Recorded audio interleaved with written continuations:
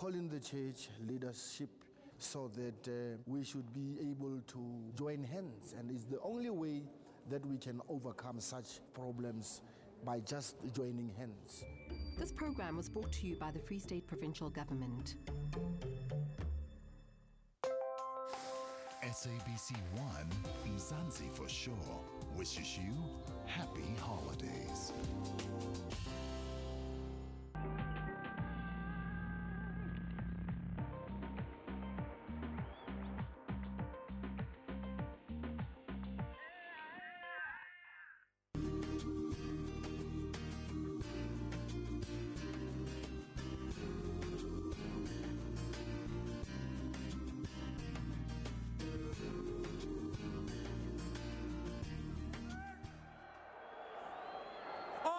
Thank you very much, Peter. A golden jubilee for uMkhonto weSizwe. Today, 50 years ago, amid divided sentiment, the African National Congress decided it was time to form a military wing, and thus the birth of uMkhonto weSizwe. A few minutes ago, the President of the Republic of South Africa stepped through, and he's going to be addressing this momentous occasion. As we said, it started 50 years ago, and lots of torture and harassment and being homeless followed the lives of those who decided which one are they going to be amadela kufa, who are going to give their lives, give it to this movement to decide to liberate their country. And 50 years down their line, they've had many celebrations held outside South Africa, and today on home soil, uMkhonto weSizwe is celebrating 50 years since its formation. It exists in a different format now through different developments that we'll be talking about as we go through this broadcast. But for now, let's go back to Peter Ndoro, who's at the Johannesburg studio, to continue with his studio analysis. Peter.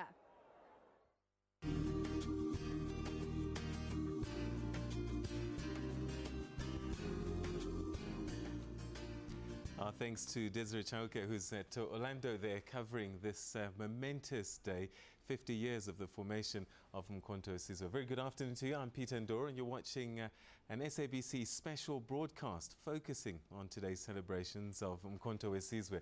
Now, to get a better understanding of who uMkhonto weSizwe is, spear of the nation, let's take a look at this report.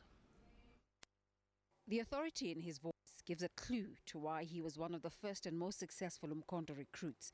Order of Luthuli recipient Isaac Lisiba Mapoto achieved the rank of commander in the revered Luthuli detachment. A camp in exile was named after him, and an ANC branch in Polokwane bears his name. This uniform is for uMkhonto weSizwe, the army which was formed by Albert Luthuli in 1961. To most of us, the acronym MK means uMkhonto weSizwe.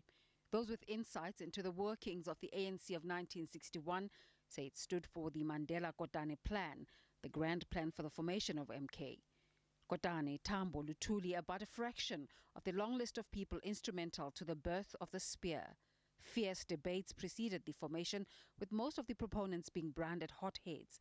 The violence route was a problem because up till then, the liberation struggle was fought along peaceful lines. An example was the pass-burning campaign in the 1950s. But events such as the Sharpeville massacre of 1960 and the banning of all political movements made the decision even more appealing. I was asked to leave the country, to go and study, because the belief was that it wouldn't take very long to fight and win, and then get people to lead the country with the education that we thought would get abroad. But no sooner were we on the way out, I think we were in Botswana actually, in 1963, when the people, the leadership of the African National Congress was arrested in Rivonia. The challenge was, do you continue going to school to study what, when the entire leadership has been arrested and there is a real danger that the organization might be paralyzed unless young blood came forward to say, we'll take up the cudgels. The Secretary General of the MK military veterans, Ayanda Dlodlo, has spent much of the Jubilee year talking and writing about the event. Her emphasis has been on what she calls the flowers of the revolution, or the women in uMkhonto who sometimes had to go under aliases. I'm Thembi Gwili. representative of the Women's Secretariat in the People's Republic of Angola. I'm liaising with the Regional Women's Committee and the National Women's Secretariat. Ms. Ngqakula is currently the Minister of Correctional Services and is married to one of the most senior members of the African National Congress, Charles Ngqakula. See if you can recognize the following person who was speaking alongside Mrs. Ngqakula from a camp in Angola. I'm Nomhlehu and I work with the propaganda unit in our camp, and I work as well as with our women in the region.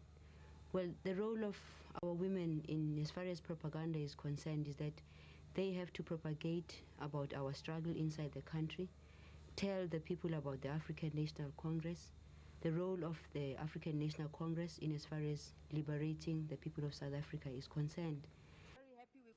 Lindiwe Zulu now works in the presidential offices as the International Relations Advisor and Special Advisor on Zimbabwe.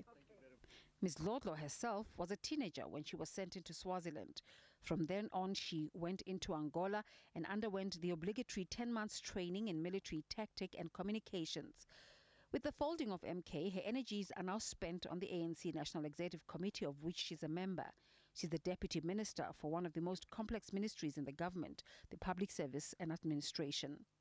What people should take away is the fact that there was a group of children, there was a group of youth who left all else. They left their youth behind, they left their childhood behind, they left the comfort of their homes, they left the love of their parents behind to look at the bigger picture of liberating our people.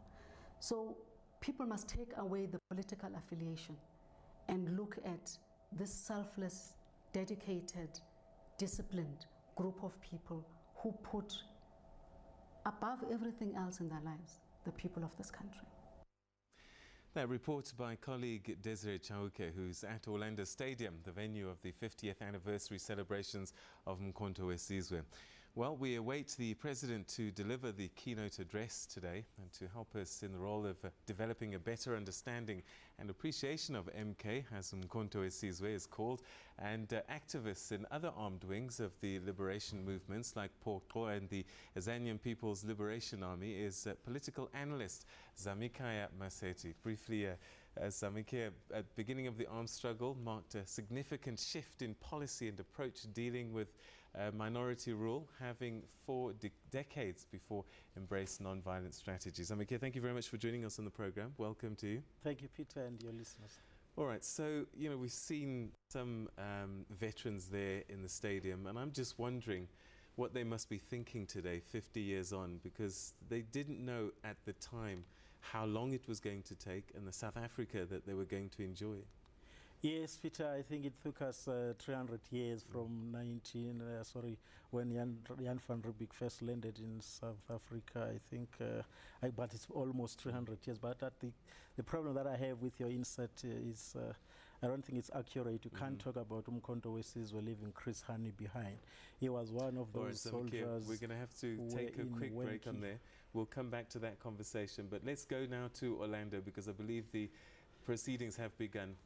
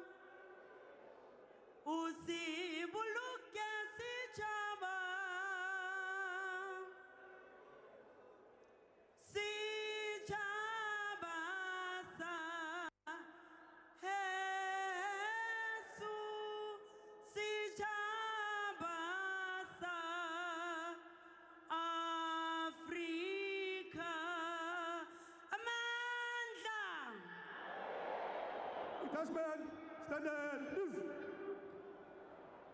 Welcome back. We're at the Orlando Stadium. We're celebrating, or rather marking, the Golden Jubilee of uMkhonto weSizwe. As we speak to you, the President of the Republic has just gone through the uMkhonto army and made a special guard and checking through to see if everything is in order. He was accompanied by the President of the South African Military Veterans Association, the newly formed new format of the uMkhonto Veterans Association. The national anthem has just been sung in the original Morena Buluka Sechaba South Africa format, which does not include the English version. You might be asking, watching at home, uMkhonto does not exist anymore. It was folded in 1990. Why are we having this broadcast? Well, it's a special day that has been set aside for the 50th celebrations, and specifically for this day, the President is allowed to regard the uMkhonto Guard as a proper army that has been specifically set aside for this day, where uMkhonto celebrates 50 years since its formation, and the celebrations continue here. Every now and again there's a break into song, Tambo Sikude Nasekhaya, Can You Bring Us Home, such songs, and it's quite a jubilant mood. The sun is out, but we have different speakers. And as we speak, the President of the country is about to address the nation on this 50th celebration of uMkhonto weSizwe. Many milestones that are going to be spoken about today, but the biggest one that is being spoken about is when the uMkhonto forces, together with the Zimbabwean liberation fighters, crossed the Zambezi into South Africa and declared victory against South African forces. That is the biggest milestone that is being spoken about. Different ones, of course, through the 50 years of existence, and challenges along the way, and we'll be talking about those as well as we continue with our broadcast and the different speakers that we'll be talking to. I saw the Deputy Minister of Defense, Mr. Thabang Makwetla. I hope we'll be talking to him later on about the latest developments, the biggest one being the signing into law on the 2nd of December this year of the Military Veterans Act. And through this act, the government starts to recognize military veterans, and this does not only apply to uMkhonto fighters, it applies to all the military veterans in South Africa, those starting from 1961 when uMkhonto started, and those before that. There are obviously different criteria for recognition, and as I said, we will be speaking about those different criteria. A lot to talk about. We're marking 50 years since the formation. Mark that, it's since the formation and not since the existence. uMkhonto does not exist anymore. It exists in a different format, and especially with the recognition of military veterans. But this is a special broadcast, and the state president has taken the stage. He's about to start speaking.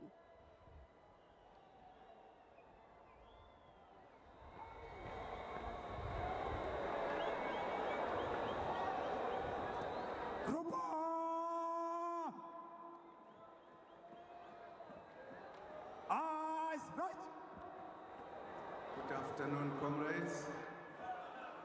President, eyes front.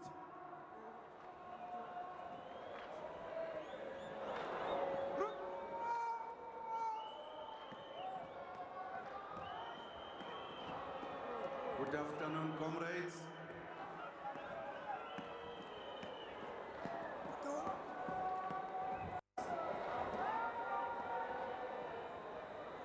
Platoon 3, group up. Good afternoon, comrades. Eyes front.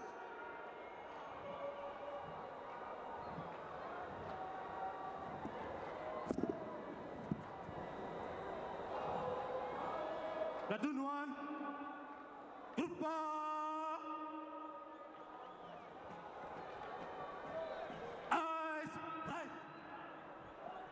Good afternoon, comrades. Afternoon, comrade commander. Eyes front.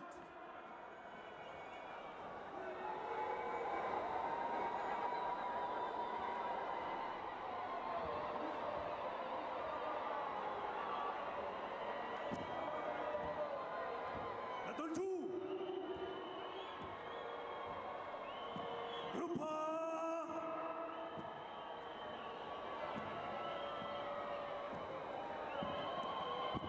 afternoon, comrades. Good afternoon, comrades.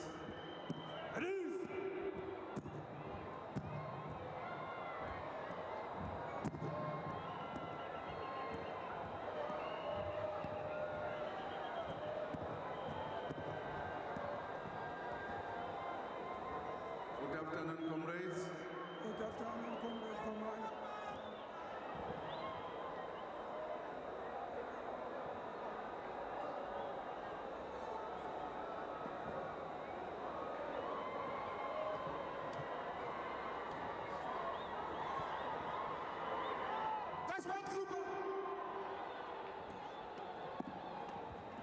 Good afternoon, comrades. Afternoon, Comrade President.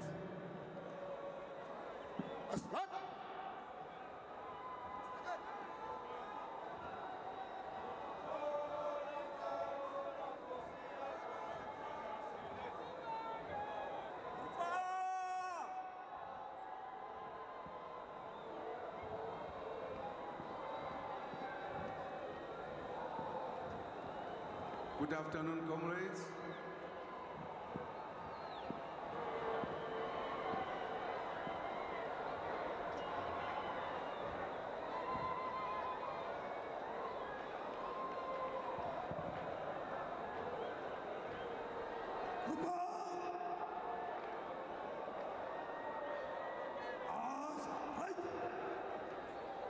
Good afternoon, comrades.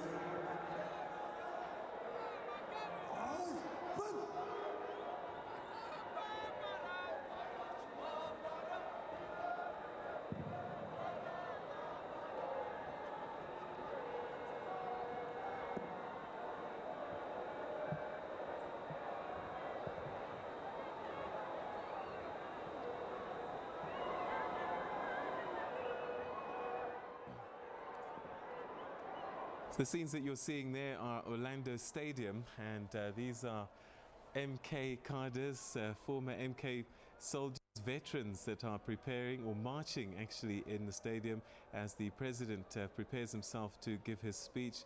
And Zamakia, some of them look like that they're perhaps a little out of shape, but it must be a proud day for them. Oh yes, it's very historic because some of these guys, I think they might have been in their early 20s in 1960, and those who might have left the country as early as 1989, 1990 might be in their early 40s. So it's a very historic moment for them, hence you see that excitement. And one man who really should have been there, Chris Hani. Oh yes, that's the conflict that I have with your insert. You can't really make reference to uMkhonto weSizwe without making reference to its commanders, Chris Hani, Joe Modise, and many others. I'm not sure whether your researchers took that into account, but to me it doesn't look good at all, because Chris Hani in his personality personified uMkhonto weSizwe and all its struggles. All right, they mentioned the Lutuli detachment, quite significant, and the first engaged with the Rhodesian security forces. Tell us about why there's so much legend around them. Yes, you know, the Wanki campaign, as it is normally called within the revolutionary circle, was the first armed confrontation of MK, but unfortunately outside the borders of South Africa. I think they met with the Rhodesian forces, exchanging fire for the first time, and it really inspired young revolutionaries to come and swell the ranks of uMkhonto weSizwe in Lusaka, Angola, and other parts of the country. So it is that historic moment which really kept this fire burning, and it inspired many young people from the Wanki campaign onwards. I think uMkhonto weSizwe was growing in terms of numbers. So it's one of those first confrontations with the enemy outside the borders of South Africa. And you know, people will talk about the military contribution, but I think they inspired as well, didn't they? Oh yes, they were, because if you look at the pillars of the South African Revolution, the pillar number one was the armed struggle, underground work, mass mobilization, and also international solidarity. So the manner in which the struggle was conducted in South Africa was in line with those four pillars, and the interconnectedness of those pillars. He couldn't talk about international solidarity or international campaigns without linking that with mass mobilization, the underground activities of uMkhonto weSizwe, and all those pillars combined together, they really inspired young South Africans, and also made sure that the struggle that was waged by South Africans received the necessary international support. All right, we're going to listen in again on what's happening there as the president prepares to speak. Let's go back to Orlando Stadium, where we're seeing these pictures now.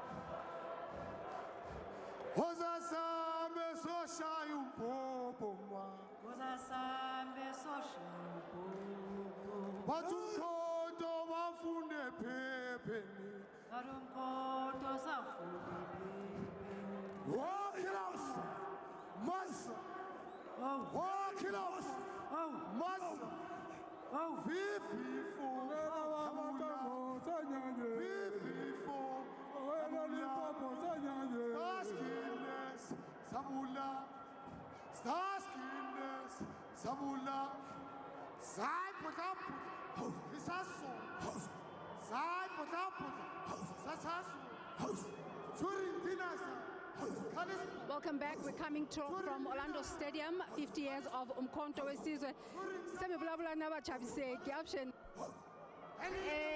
Mr. John Baloyi was a commander in Tanzania in Kongwa camp. Iringa Mazimbu Dakawa.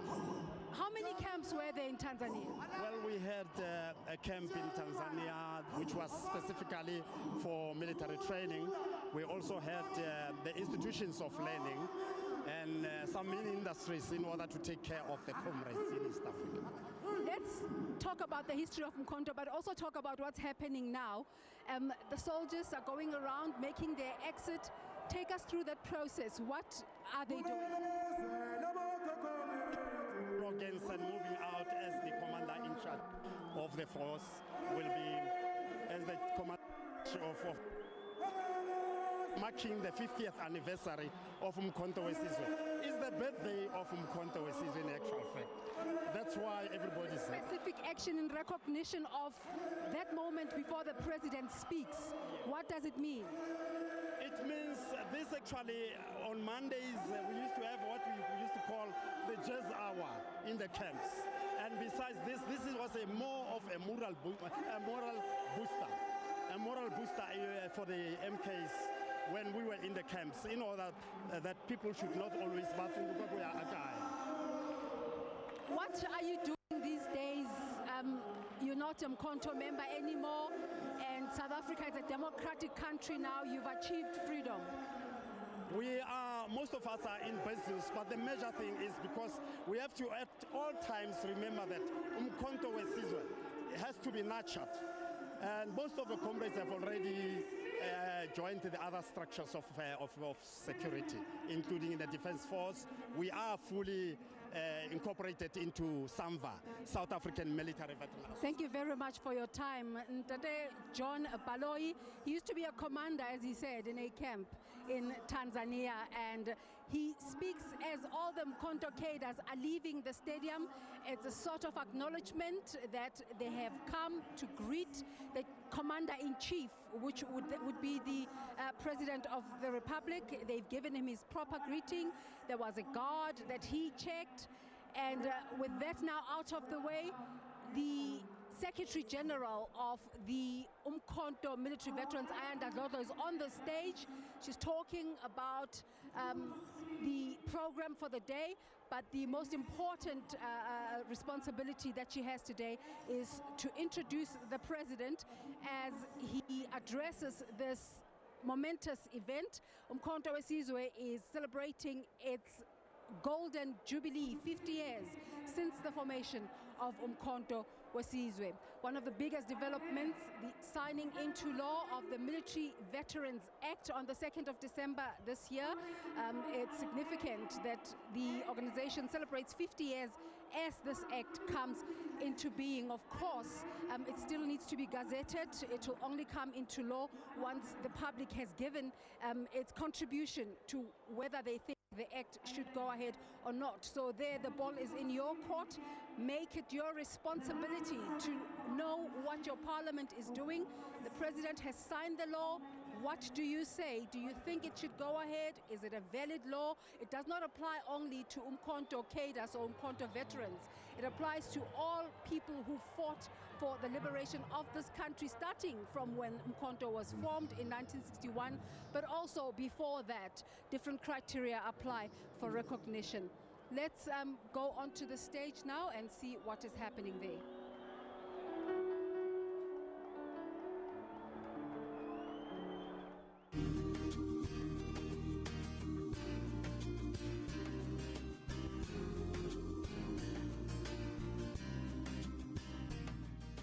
You're watching a special broadcast of the celebrations commemorating the 50th anniversary of the formation of the armed wing of the African National Congress, the ANC, uMkhonto weSizwe.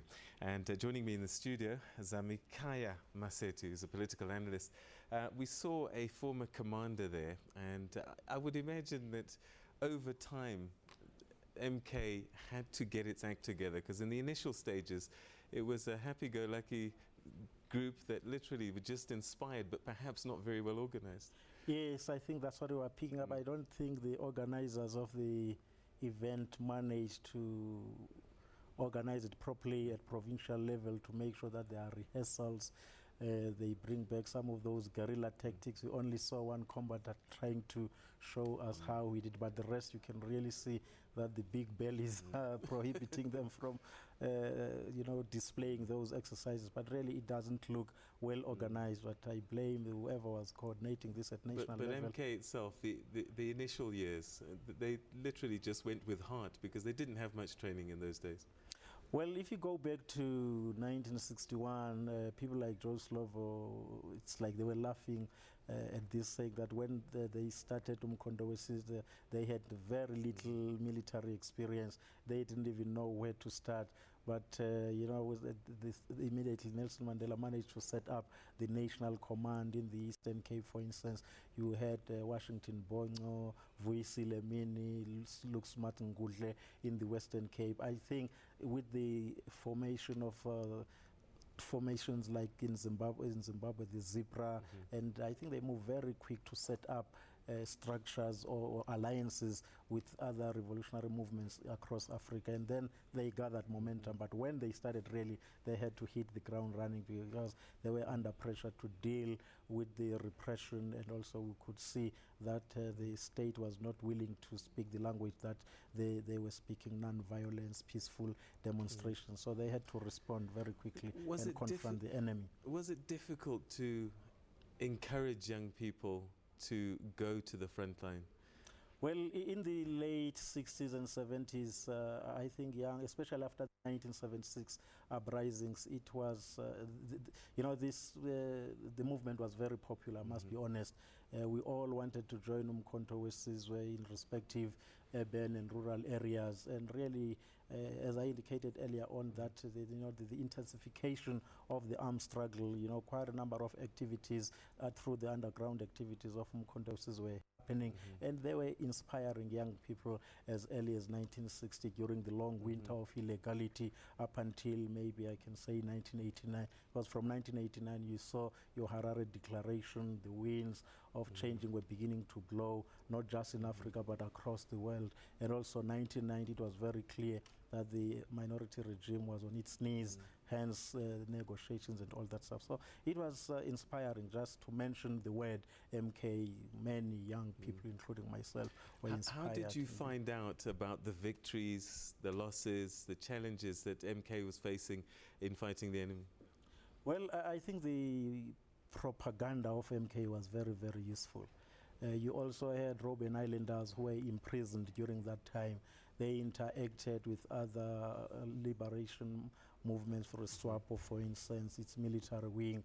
So when they came out of prison, they told us stories, the Wankie campaign, for instance, and it was difficult for young people then to read literature because literature was banned. Any political related literature was banned. So we relied heavily on oral politics, and the only source of oral politics was mainly Robben Islanders and all those who knew better than us during that time. But really, I think it was part of that underground work, because we could identify with some of the operations. And Thomas Nkobi, the spokesperson of the ANC then in Lusaka, will always confirm certain operations. But also the security forces infiltrated uMkhonto weSizwe. You will know the history of the Askaris. For some of those operations, I don't think they could easily claim, because some of those were conducted by enemy agents and with the hope of trying to cause confusion in the country and discourage the people who are struggling. But I think the young South Africans then,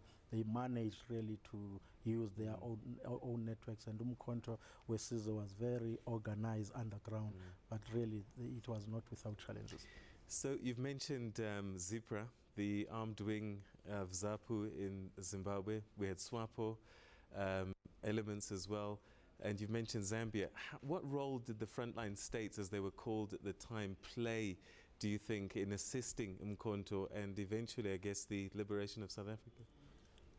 I think the frontline states played a very, very important role. It was during that time that Oliver Tambo, for instance, was speaking to all the leaders in Southern Africa, and really the culmination of that process was the signing of the Harare Declaration. I think as South Africans on this day, we really need to take our heads off for people like Julius Nyerere, Robert Mugabe, quite a number, Samora Machel, Augustino Neto, and many others who supported the liberation struggle in South Africa. So really, I think the support that we got from the frontline state, it's really, really something that we cannot forget. But really, I think the movement during those years was in a better position to appeal to frontline states. Hence, they received the necessary logistical and military support across the region.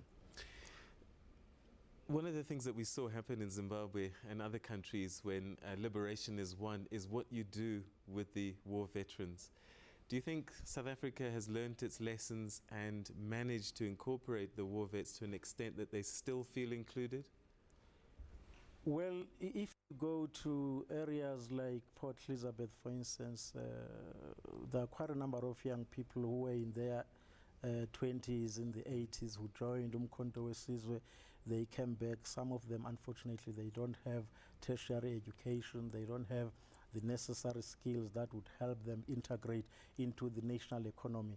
To me, that part is very sad. And if you remember very well, I think in as early as 1995, some of them revolted in the new South African Defence Force, and they were expelled.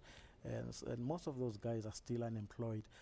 The commander there was in Tanzania indicated that some of them are in business, but I don't think all MK veterans manage to make it in business, because it's not easy. Even if you talk about black economic empowerment, without capital, you can't penetrate. But my main frustration is that the skilling of the former MK veterans, it's something that has not yet taken its toll, especially amongst its young ex-soldiers, because some of them are still young, in their 40s, they are unemployed, and as you can see there, some of them are in their early 60s, maybe approaching 65. So I think through this Military Veterans Act, they will begin to address some of the problems, especially emanating from that military integration which did not go well after 1994. So there are lessons to be learned from that front.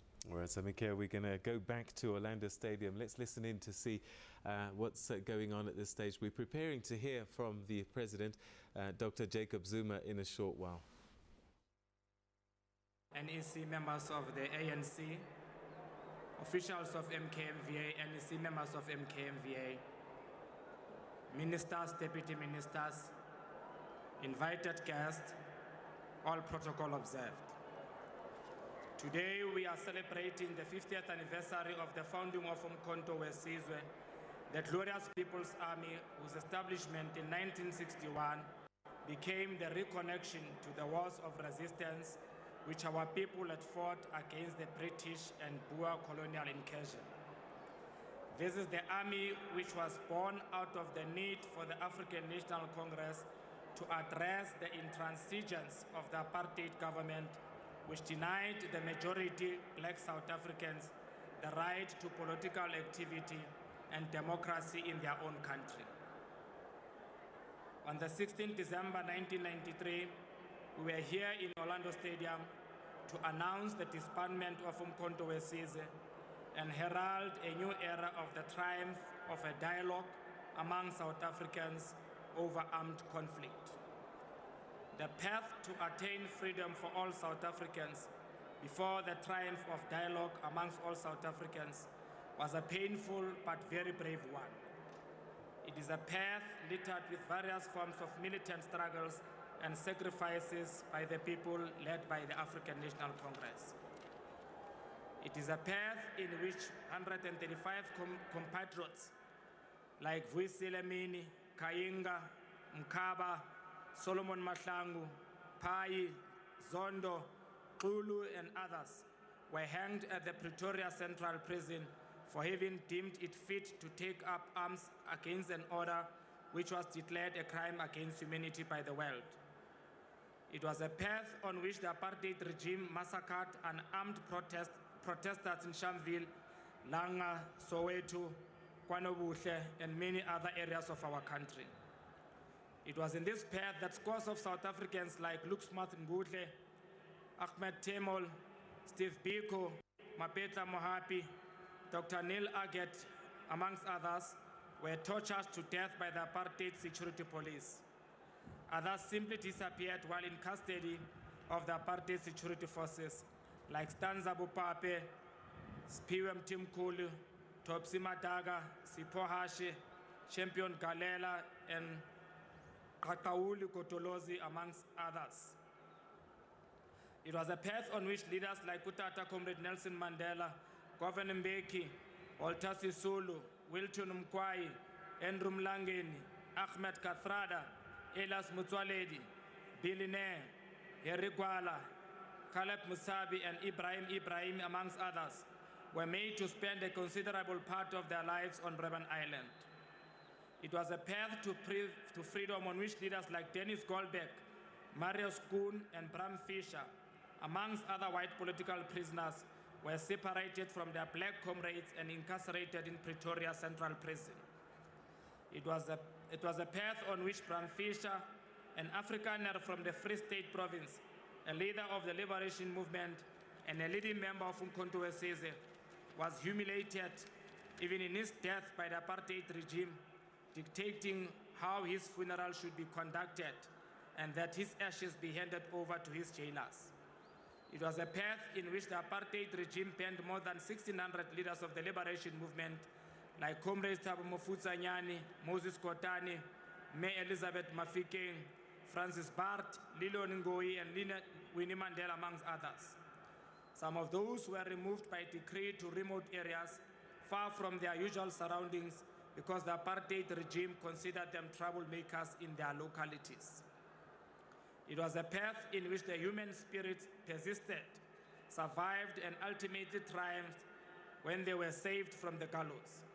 They are comrades who are presently with us here: Comrade Robert McBride, Comrade Mtetele Ngube, Comrade Neo Putsani, Comrade Nev. Last but not least in this order, it was a path in which our mothers and sisters like Comrade Dorothy Nyembe, Barbara Hogan, Marion Spark, and Tandu Mdise, amongst others, were incarcerated for being active combatants of uMkhonto weSizwe. It was a journey epitomized by the fearless confrontation of the apartheid armed forces by combatants of uMkhonto weSizwe in many battles, the Wanki and Sipolilo campaigns, Comrade Jabani in the Battle of Chawela, Bani Mulukwani in many battles, including the hit on Sasol plant, Vincent Shabalala in the Battle of Alexander, amongst many battles gallantly fought by combatants of uMkhonto weSizwe.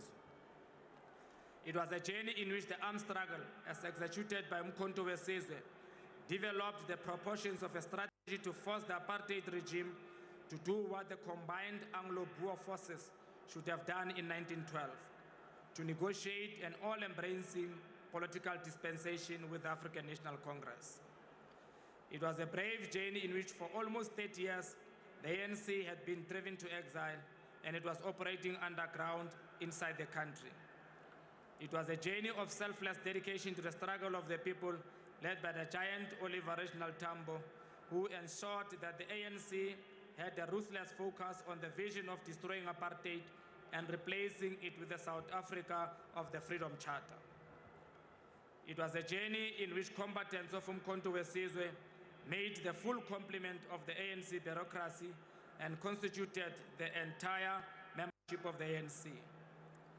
It was for us, members of former combatants of uMkhonto weSizwe, a very difficult but proud moment when we led as servants of the people, underground structures of the ANC, and gave direction from the front, still as servants of the people, to the overt militant activities of the people.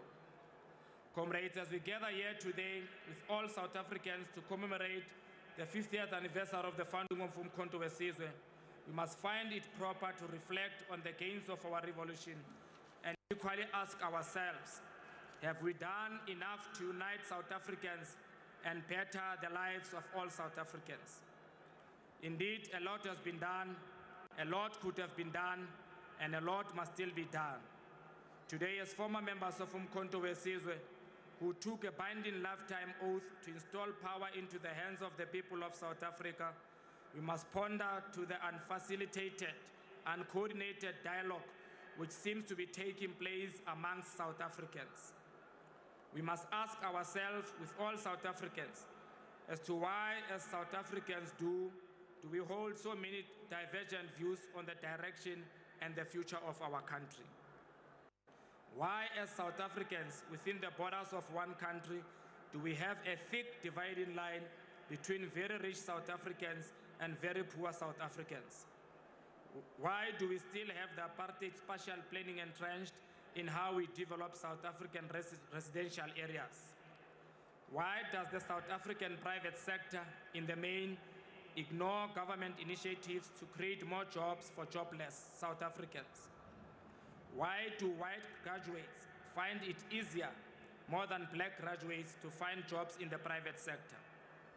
Why are the public health facilities bursting at the seams, while private health sector sits comfortable with the best facilities that are sought out by even those from outside the borders of this country? Why are our students performing badly in maths and science with a huge budget that is put in our education as comparing to those in the SADC region with less resources invested in them? Comrades, fellow South Africans, these questions we pose today when we commemorate the 50th anniversary of uMkhonto weSizwe might seem out of place. But as ex-combatants who took a lifetime oath to fight to install power into the hands of the people, there is no better time like now to raise these issues to all South Africans. It is clear the legacy of centuries of racial oppression and the squander of our human and material resources of our country over the years of apartheid misrule have a lot to do with the challenges faced by all South Africans today. We seek to ask all South Africans to ask themselves why there are so many voices speaking in different directions, questioning not only government decisions, but even their own decisions on pertinent issues of job creation, education, health, economic development, crime, the judiciary, and even the basic law of this country, the Constitution of the Republic. Perhaps it is time for the South African society, led by the African National Congress, to do what the founding fathers of the ANC did in Mangaung some 100 years ago, and what the Congress of the People did 56 years ago in Kliptown. South Africans led by the ANC perhaps need to have a much more coordinated and facilitated broader dialogue to reaffirm our South Africanness and reassess our vision of the South Africa of the Freedom Charter. We call on broader dialogue today amongst all South Africans because we believe that this commemoration is not about glorifying war, but it is indeed a display of what the resilience of the human spirit is capable of to ensure that dialogue, justice, equality, and progress prevail. Comrades, in conclusion, it is time that the African National Congress reassets its centrality in broader South African debates in the society, to lead policy initiatives not only for the members of the ANC, but for the South African society. The authority to govern is not given, but it is earned, not only through the elections, but essentially through humility, selflessness, service to the people, respect, and discipline. As uMkhonto weSizwe Military Veterans Association, we call on all members of the ANC and the Alliance to pay fidelity to the values of the liberation movement and never to betray our people through the violations of these values, traditions, and symbols. We call on all members of the ANC and the Alliance to strictly observe organizational discipline. The ANC and the Alliance survived 30 years of underground activity on the shoulders of uMkhonto weSizwe, ably led by Oliver Reginald Tambo through strict observance of organizational discipline. We must say, as ex-combatants, we have our own problems of survival. It has not been strange to find comrades suffering silently in squalor and dying as paupers. But in the last 5 years, we have seen, at least for now, some theoretical progress pertaining to the material conditions of the ex-combatants. We must applaud the President of the Republic and the President of the ANC and the Patron-in-Chief of the military veterans, Comrade Jacob Zuma, for having signed into an act the new Military Veterans Act. Comrade Lindiwe Sisulu, your leadership in this aspect is much applauded. On that note, we'd like to welcome all of you compatriots to this commemoration of the 50th anniversary of the founding of uMkhonto weSizwe. Amandla!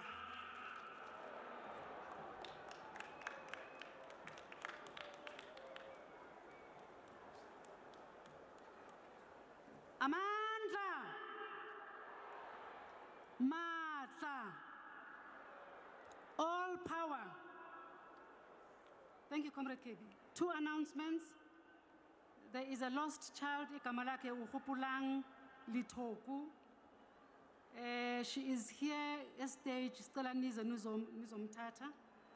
And then there's a 13-year-old uTshepiso Silepe. She also went missing inside the stadium. If she can hear us, could she please report ambulances outside the stadium? Comrades, could you please help us with the insert, your visual, on the banner and logo of the 50th anniversary celebration of uMkhonto weSizwe?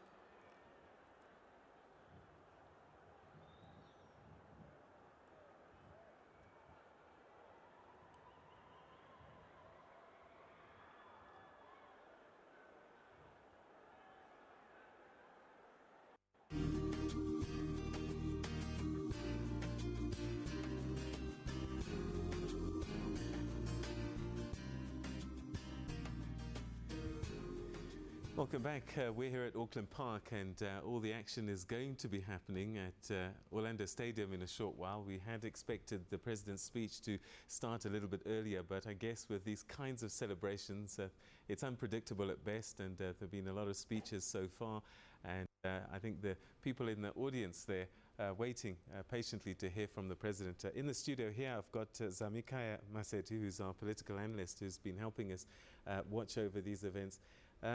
Looking at the stadium, I'm sure you must be disappointed that the stadium isn't full. Yes, but understandably so. You know, if you conflate government activities and other political related activities, it's likely to happen. We might have expected South Africans to go to Freedom Park in the morning, and then late this afternoon you have this event. I think in terms of diary management, there was a crisis there, so you can't blame ordinary people for that. Do you think that the MK cadres get the recognition they deserve now? When you were young, you were telling us how they inspired you and how you wanted to join at the time. Do you think that they still get that recognition and their place in history by ordinary people? Well, now that I'm outside of everything, I think in certain circles they do. The fact that the ANC-led government is organizing this celebration, I think it's one of those critical milestones. And secondly, the MK veterans are also one of those leagues or whatever structures within the ANC. But in terms of employment, I'm still concerned. Most of the former veterans or MK veterans are still unemployed. Young people with matrics and everything. So the whole question of unemployment, once again, it haunts all of us, whether you're an MK veteran, unemployed graduate or matriculant. So I don't think it's always enough, but from where I stand, I don't think they are benefiting enough from the fruits of economic liberation.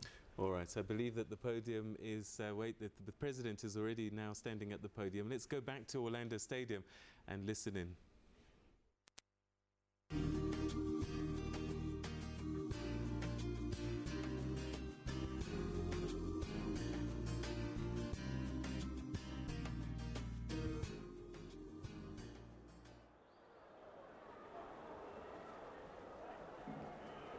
Comrades, when you are absolutely still, the moment begins. Could you please be absolutely still to honor our comrades?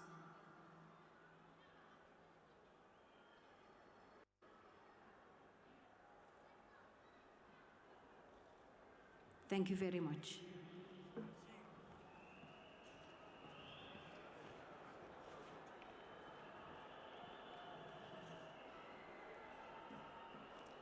Thank you very much, Rakhadi.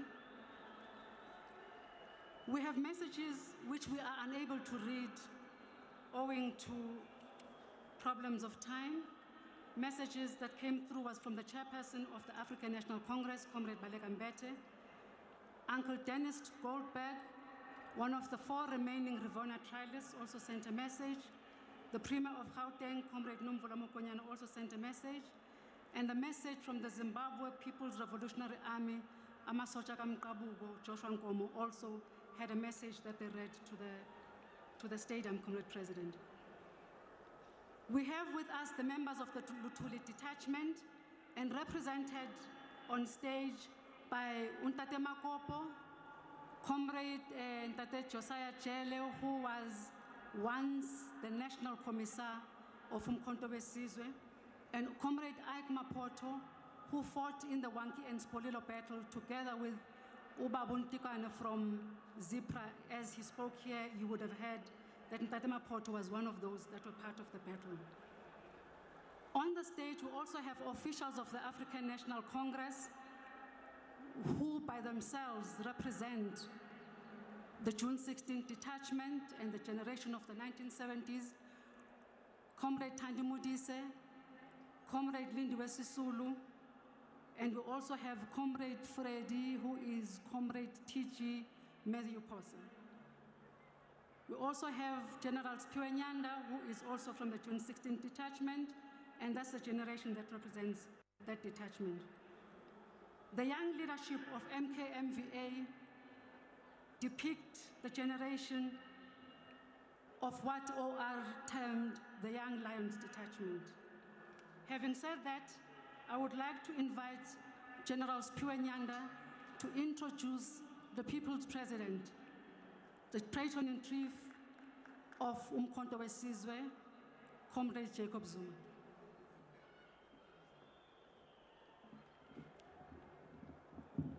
Amandla! Amandla! Viva AC, viva! Viva AC, viva! Viva SACP, viva! Viva SACP, viva! Viva COSATU, viva!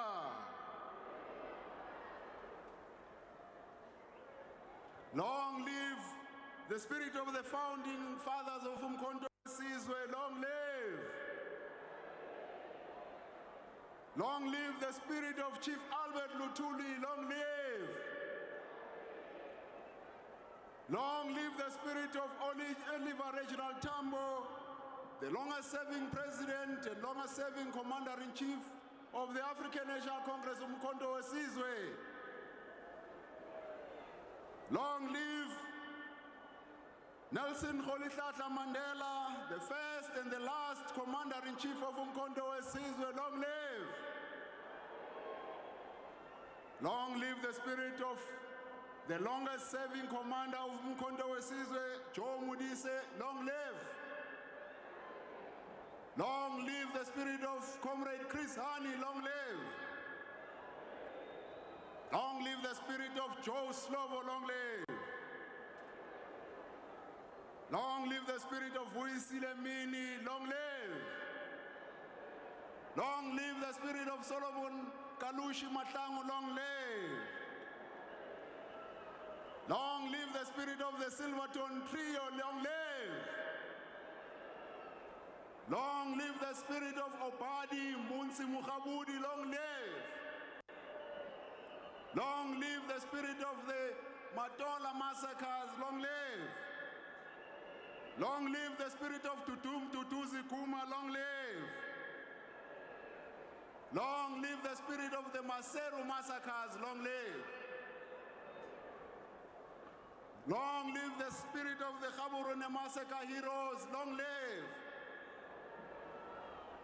Amandla! Comrade President, members of the African National Congress, National Executive Committee, members of the Diplomatic Corps, veterans of the African National Congress and uMkhonto weSizwe,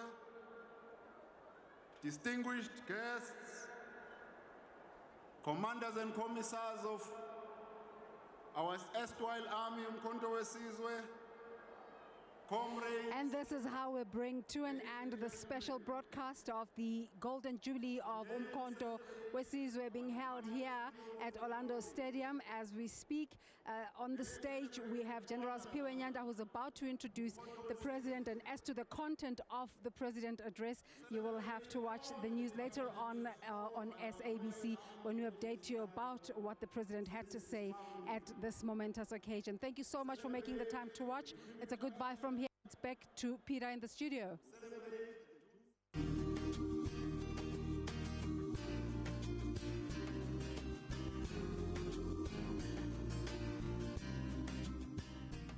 Our thanks there to Desiree Chauke and the team at Orlando Stadium who are staying there to film what's happening, and you'll get highlights there of what's happened in the speech that the President will be making shortly. We're going to start wrapping up things here. My guest here is Zamikia Masisi. What is the President likely to say? Well, I think the President will go down memory lane and remind South Africans about when this formation was established and the reasons why.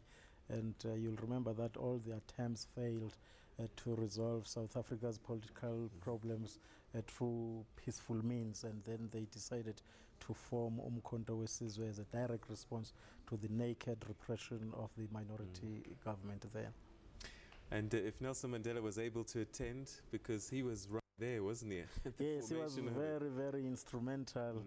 Yeah, I think it was going to be a very, very historic moment indeed. What would he be thinking today? Well, I think wherever he is in his small village of Kuno, he might be thinking about those days when he had to go to Algeria, building these contacts, making sure that they get the necessary military support and training and all those things. So he did a lot of work setting up the national commands, provincial commands, and ultimately sending cadres out of South Africa into various countries. So I think those are some of the memories that I think will be, reflecting on the old man. All right, Zamikia, we're going to have to leave it there. Zamikia Maseti, political analyst, thank you for sharing your thoughts with us, and some of them seemed like very personal memories as well of the time. But thank you for sharing those thoughts with us. And that's where we're going to have to end today's broadcast, special broadcast commemorating 50 years of the formation of uMkhonto weSizwe. It was this day in 1961 that the first guerrilla attacks on government installations happened and effectively formed the armed wing of the ANC. Thank you very much indeed for joining us on the program this day. And as I said, stand by for more news about what's happening at Orlando Stadium today. Thank you.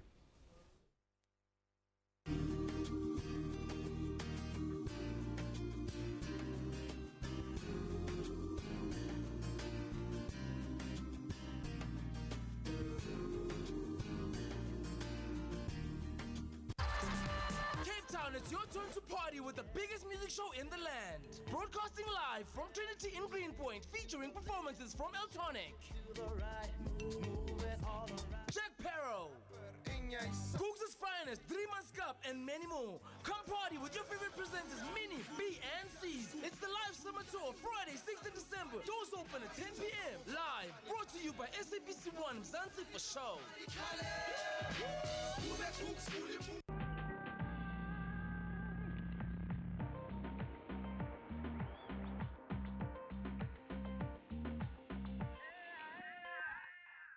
Let go!